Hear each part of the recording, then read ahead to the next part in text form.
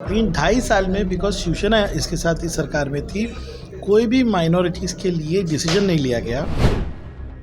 इसके बजट की यूटिलाइजेशन में आप देखेंगे तो कहीं 0 है, कहीं 3% है, कहीं 20% है। अपनों ने नहीं किया, अगर गैर नहीं करेंगे तो क्या फ़र्क पड़ेगा। विधायक रईस शेख ने मौजूदा सरकार से माइनॉरिटी टास्क फोर्स बनाने की मांग की है। रईस ने कहा, कोविड के बाद 2021-22 में भी महाविकास अघाड़ी सरकार ने मुसलमानों के लिए काम नहीं किया था। माइनॉरिटी के मौजूदा हालात और भी खराब है। रईस शेख ने माइनॉरिटी को लेकर रिपोर्ट पेश किया है, जिसमें बताया कि भारत के दूसरे राज्य के मुकाबले महाराष्ट्र में मुसलमानों को शिक्षा फंड बहुत कम इस्तेमाल हुआ है। जिसमें बताया गया है कि दूसरे राज्यों के मुकाबले महाराष्ट्र में मुसलमानों का शिक्षा फंड बहुत कम इस्तेमाल हुआ है। माइनॉरिटी को शिक्षा, स्कॉलरशिप, वक्फ बोर्ड जमीन मिलना चाहिए। रईस ने कहा कि महाराष्ट्र में आज बहुत से मुसलमान बच्चे फीस नहीं देने की वजह से पढ़ाई नहीं कर पा रहे हैं। मेट्रो मुंबई के संवाददाता राहुल शुक्ला ने विधायक रईस शेख से माइनॉरिटी के विषय को लेकर खास बातचीत की है। सुनिए। हमारे साथ समाजवादी पार्टी के एमएलए रईस शेख हैं। उन्होंने माइनॉरिटी टास्क फोर्स की बात की है। आपने उनके लिए चाहते कि माइनॉरिटी टास्क फोर्स हो और महाविकास अघाड़ी सरकार ने उनके लिए कुछ काम नहीं किया, इस तरीके का आरोप लगा रहे हैं। क्या पूरा मामला है?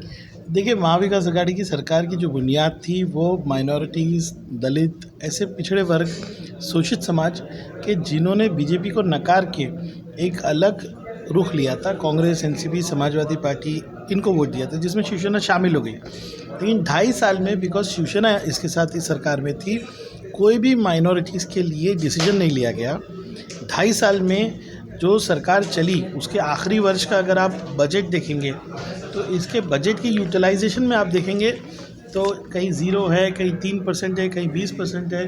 तो इन चीज़ों को जो है हमने आज उजागर किया। नई सरकार हमारी नहीं है, नई सरकार बीजेपी की है, उसमें शिंदे शिवसेना है। लेकिन हम उम्मीद करते हैं कि माइनॉरिटीज़ की तरफ उनका तवज्जो होगा और हमने उनसे मांग की है कि जिस तरह से सारटी, बार्टी, महाजोत है, उसी लाइंस पे मुसलमानों के लिए एक व्यवस्था बनाई जाए, बच्चों के एजुकेशन के लिए बनाई जाए।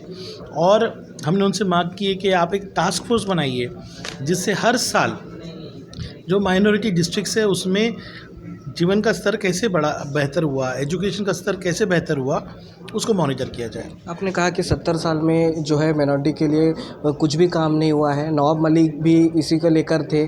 कई विषयों पर उन्होंने बताया कि इस विषयों पर काम कर रहे थे, लेकिन वो पूरी तरीके से नहीं साबित हो जाए। उनके लिए क्या कहना चाहते हैं? देखिए, मैंने ये नहीं कहा कि 70 साल में कुछ काम नहीं हुआ। मैंने कहा कि 70 साल में जो व्यवस्था हमने बनाई है माइनॉरिटीज़ के लिए वो रिजल्ट नहीं दे रही है।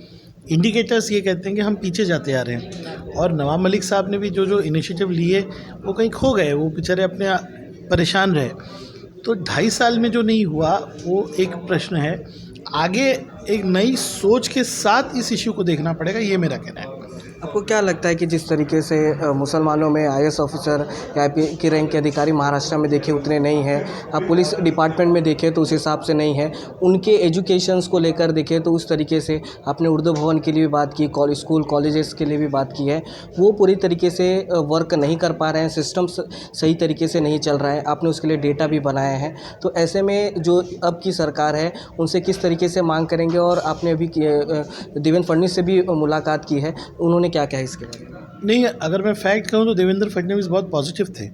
उन्होंने कहा नहीं, हम इन मुद्दों पे काम करेंगे और सिंसियरली उन्होंने मुझसे बात की कि क्या क्या इश्यूज़ है, कैसे उन पे काम करना है। तो आने वाली सरकार भेदभाव न करके काम करे, ऐसा शिंदे साहब ने हमको अश्योर किया है असेंबली में कि सरकार हर धर्म, हर मज़हब के लिए काम करेगी।